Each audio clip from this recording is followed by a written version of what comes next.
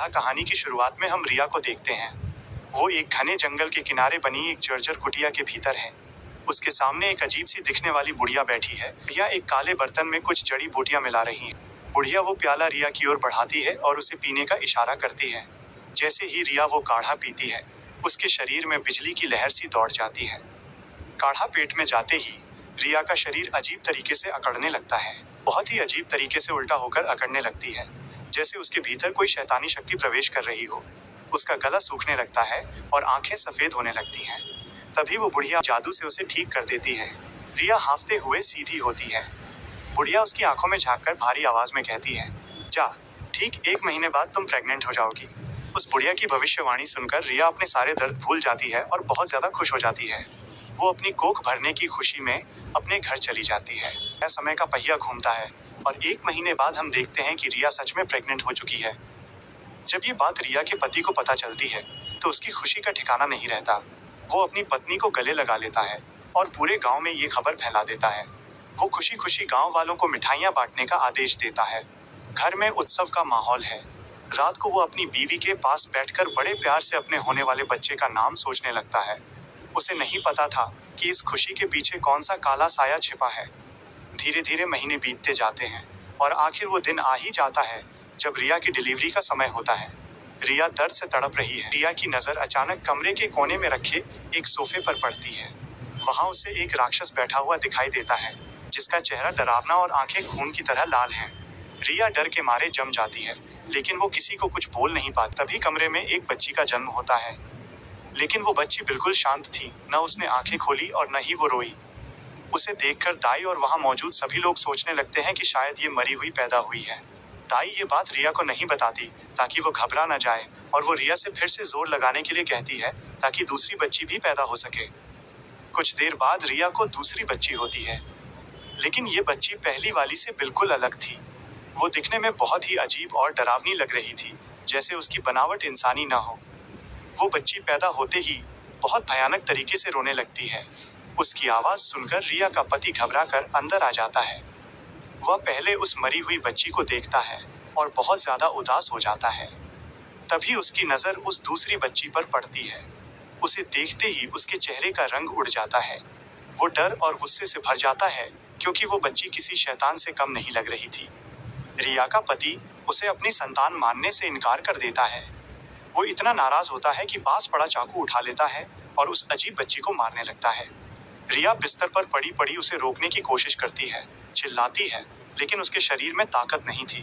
रिया के पति को असलियत का कुछ नहीं मालूम था। जैसे ही वो पति उस अजीब सी दिखने वाली लड़की को जान से मारता है, अचानक एक चमत्कार होता है। वो दूसरी मरी हुई लड़की के शरीर में हलचल होती है और वो जोर जोर से रोने लगती है। ये देखकर रिया का पति दंग रह जाता है और फिर बहुत खुश होता है कि उसकी एक बेटी जिंदा हो गई। वो तुरंत अपने दोस्त को बुलाकर पूरे गांव में ढिंढोरा पिटवाने के लिए कहता है।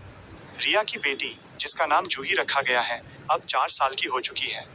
वो दिखने में बहुत प्यारी है, लेकिन उसके पैर में खराबी है, जिसकी वजह से वो ठीक से चल नहीं पाती। इस बात को लेकर रिया और उसका पति हमेशा बहुत दुखी और परेशान रहते हैं। उसी दिन रिया के घर कुछ रिश्तेदार आए होते हैं। बातों बातों में एक पुराना राज खुलता है। रिश्तेदारों की बातों से पता चलता है कि रिया का पति भी बचपन में लंगड़ा ही पैदा हुआ था और वो भी चल नहीं पाता था।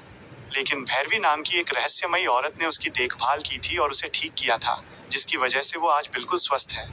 वहीं दूसरी तरफ जूही घर के आंगन में बहुत ही अजीब तरीके से साइकिल से खेल रही थी। उसकी हरकतें सामान्य नहीं लग रही थी। रिया उसे देख लेती है और उसे मना करने लगती है, लेकिन अपनी माँ की आवाज सुनकर जूही को अचानक बहुत तेज गुस्सा आ जाता है। वो अपनी माँ पर एक अजीब सी डरावनी आवाज में चिल्लाने लगती है। जूही का ये रूप देखकर उसके पिता को बहुत बुरा और अजीब महसूस होता है। जूही गुस्से में अपने कमरे में भाग जाती है और अपना सिर बार बार दीवार और फर्श पर पटकने लगती है। जब उसके पिता यह देखते हैं तो उनका धैर्य जवाब दे जाता है। उन्हें लगने लगता है कि उनकी बेटी पागल हो चुकी है। सजा के तौर पर वो जूही को घर से दूर एक अजीब सी सुनसान झोपड़ी में ले जाकर बांध देता है ताकि वो सुधर सके। समय और बीतता है और अब जूही बड़ी हो चुकी है।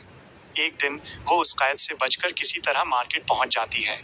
वहां कुछ दुष्ट और शैतान बच्चे जूही को अकेला देखते हैं और उसकी शारीरिक स्थिति का मजाक उड़ाने लगते हैं। वे उस पर जोर जोर से हंसते हैं और उसे पत्थरों से मारने लगते हैं। हैरानी की बात यह थी कि रिया और उसका पति पास ही अपनी गाड़ी में बैठे ये सब देख रहे थे। जूही दर्द से कराह रही थी, मदद के लिए पुकार रही थी, लेकिन उसके माता पिता ने उसकी बिल्कुल मदद नहीं की। वे बस दूर से ये तमाशा देखते रहे। जूही वहीं सड़क पर खड़ी होकर रोती रही। तभी उसके पिता को गुस्सा आता है। वो गाड़ी से उतरता है और जूही को घसीटते हुए वापस उसी कमरे में ले आता है। वो चिल्लाकर कहता है, मना करने के बाद भी तुम मार्केट क्यों गई? और वो जूही को बेल्ट से बड़ी बेरहमी से पीटने लगता है। तभी घर की एक बूढ़ी दादी आती है जो जूही से बहुत स्नेह करती थी। वो दौड़कर जूही को अपने सीने से लगा लेती है और रिया के पति से माफी मांगती है।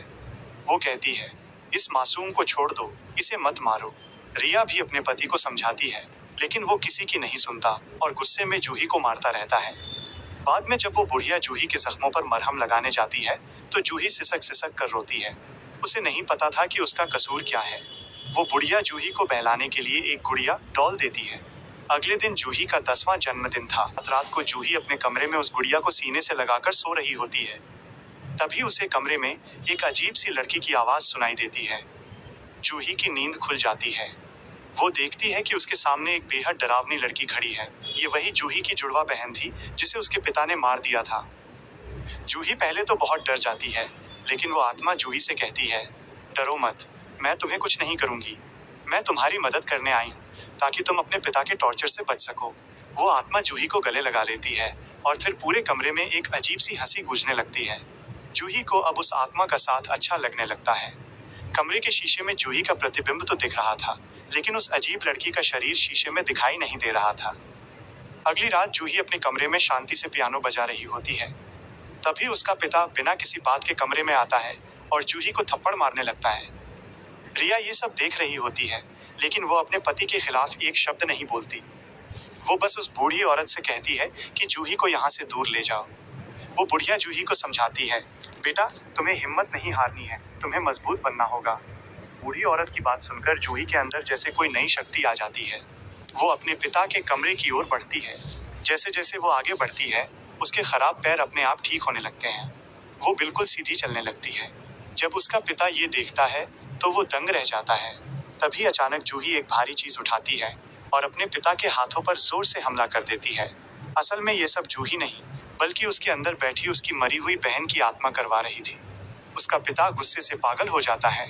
अगले दिन वो जूही को सजा देने के लिए लकड़ियों के सहारे कड़ी धूप में बाहर लटका देता है ताकि वो भूख और प्यास से तड़प कर मर जाए। जूही अपनी माँ को पुकारती है, माँ मुझे बचा लो, लेकिन रिया अपने पति के पीछे पीछे घर के अंदर चली जाती है। जूही की आंखों में अब आंसू नहीं, बल्कि आग थी। रात के समय जब पूरा परिवार खाना खा रहा होता है, तभी अचानक जूही, जिसके अंदर उसकी बहन की आत्मा थी, डाइनिंग टेबल पर चढ़ जाती है और अजीब तरह से हंसने लगती है और वहीं टेबल पर पेशाब कर देती है। उसके पिता को कुछ समझ नहीं आता। वो फिर से जूही को बांधने का आदेश देता है। गुस्से में जूही उस बूढ़ी औरत पर भी हमला कर देती है। तभी रिया की नजर खिड़की के शीशे पर पड़ती है। वो देखती है कि जूही के पीछे एक भयानक आकृति खड़ी है। रिया के होश उड़ जाते हैं। जूही वहां से भागकर अंधेरे में गायब हो जाती है। रिया और बुढ़िया उसका पीछा करती हैं और देखती हैं कि जूही एक कोने में बैठकर जिंदा मुर्गियों को कच्चा चबा रही है। अगले दिन जब जूही को होश आता है तो वो उस बुढ़िया को सच बता देती है कि उसकी मरी हुई बहन उसके शरीर में आकर ये सब करवाती है। रिया ये सब सुन लेती है। उसे याद आता है कि उसने उस राक्षस के साथ डील की थी जिसे उसने तोड़ दिया था। वो मदद के लिए उसी पुरानी जादूगरनी बुढ़िया के पास जाने का फैसला करती है। रिया नदी किनारे पहुंचती है और एक नाविक से उसे उस पार ले जाने को कहती है, लेकिन नाविक बताता है कि वो बुढ़िया तो 2 महीने पहले ही मर चुकी है। रिया के पास अब कोई रास्ता नहीं बचा था। वो वापस आकर उस घर की बुढ़िया को सब सच बता देती है कि उसने गर्भवती होने के लिए राक्षस से सौदा किया था। उधर जूही का पिता उसके साथ और बुरा बर्ताव करने लगता है। एक रात जब रिया सो रही होती है, उसे अजीब आवाजें सुनाई देती हैं। वो देखती है कि जूही हाथ में चाकू लिए उसकी ओर बढ़ रही है। शीशे में साफ दिख रहा था कि वो मरी हुई लड़की जूही का इस्तेमाल कर रही है।